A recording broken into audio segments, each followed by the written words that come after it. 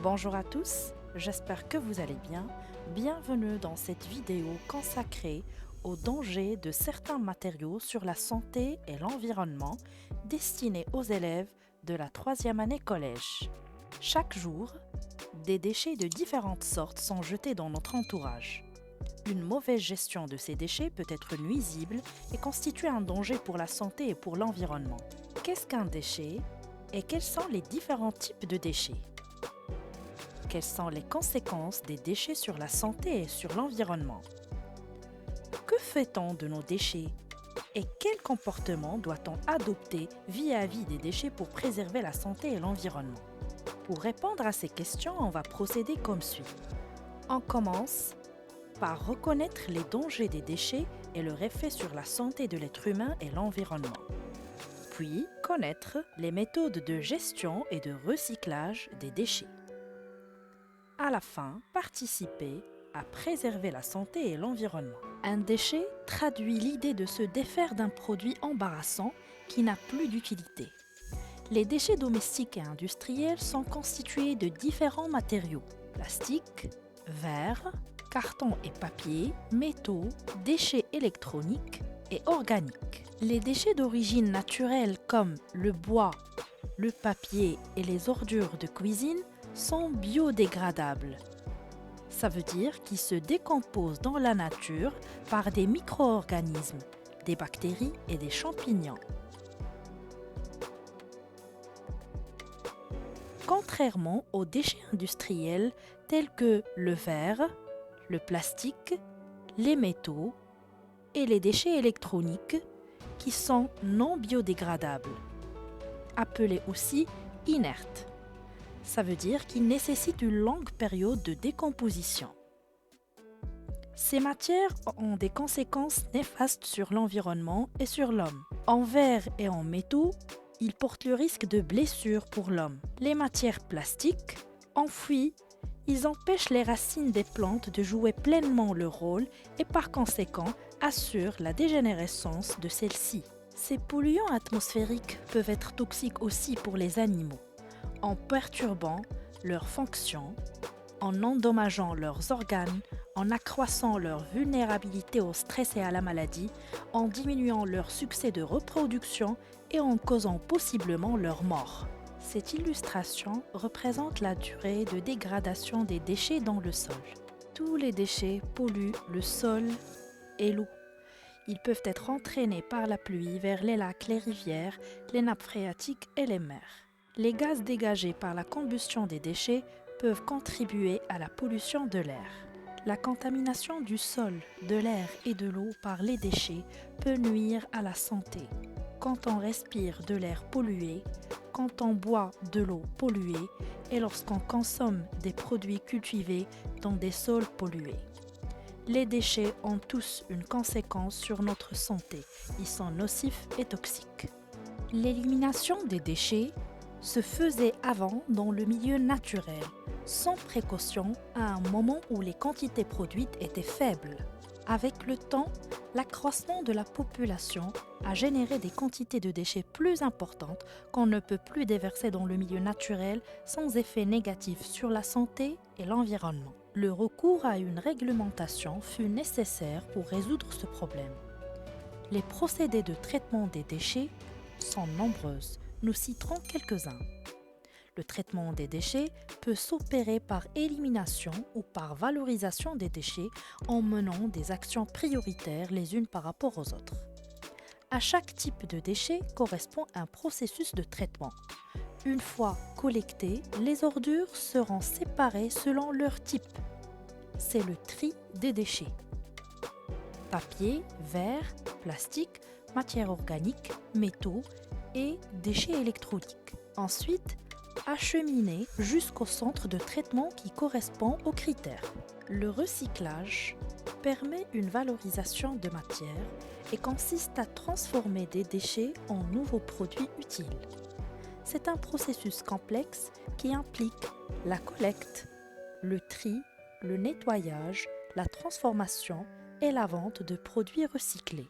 Au-delà des déchets liquides et organiques, 4 types de déchets ménagers solides se recyclent particulièrement bien. papier et carton, à condition qu'ils ne soient pas souillés, permettent de produire à nouveau du papier ou des emballages.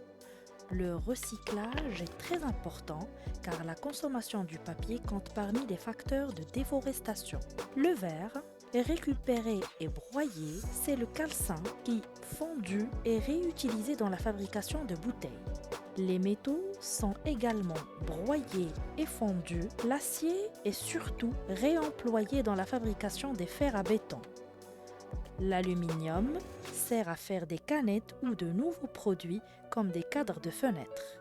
Des matières plastiques, lavées et broyées, sont réduites en poudre ou en granulés, à partir desquels on peut fabriquer des tubes de dentifrice, de nouvelles bouteilles et emballages, des pare-chocs de voitures, des vêtements en polaire ou bien des rembourrages de couettes. Le traitement biologique des déchets permet une valorisation organique par compostage qui consiste à produire des engrais servant à la régénération des sols à partir des déchets biodégradables et compostables. Ce procédé réduit le volume des déchets organiques et produit un compost de qualité nécessaire au bon développement des plantes, mais ça demande des conditions biologiques contrôlées, la présence de l'eau et de dioxygène. Le traitement biologique peut se réaliser aussi par méthanisation. C'est un procédé proche du compostage qui permet le traitement des déchets organiques et des boues par fermentation en absence du dioxygène.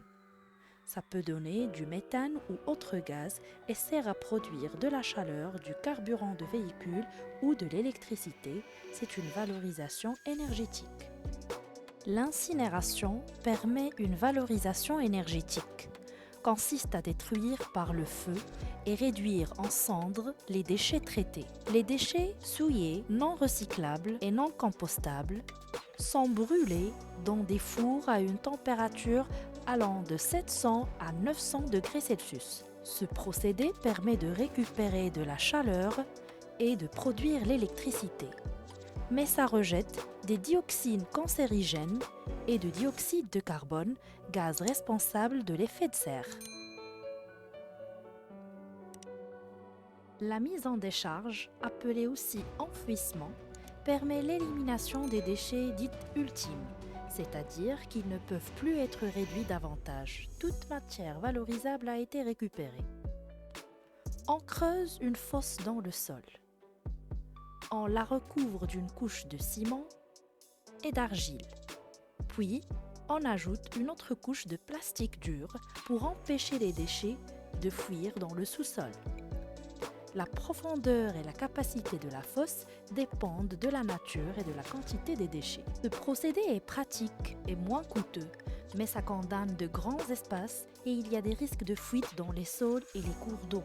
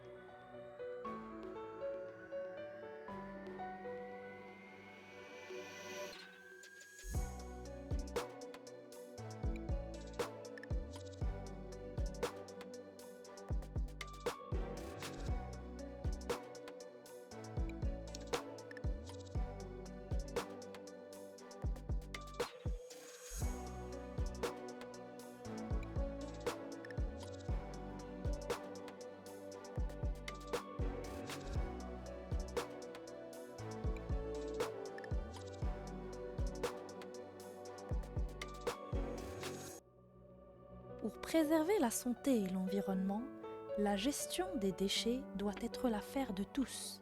Connaissez-vous le concept des 3 RV? Réduire notre consommation à la source, en d'autres mots, acheter moins.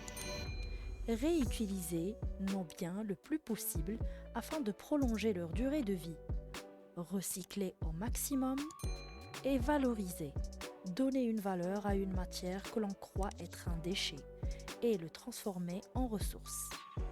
Ça nous rappelle l'importance d'agir au quotidien afin de réduire notre production de déchets et ainsi éviter de contribuer aux montagnes de matière retrouvées dans les sites d'enfouissement.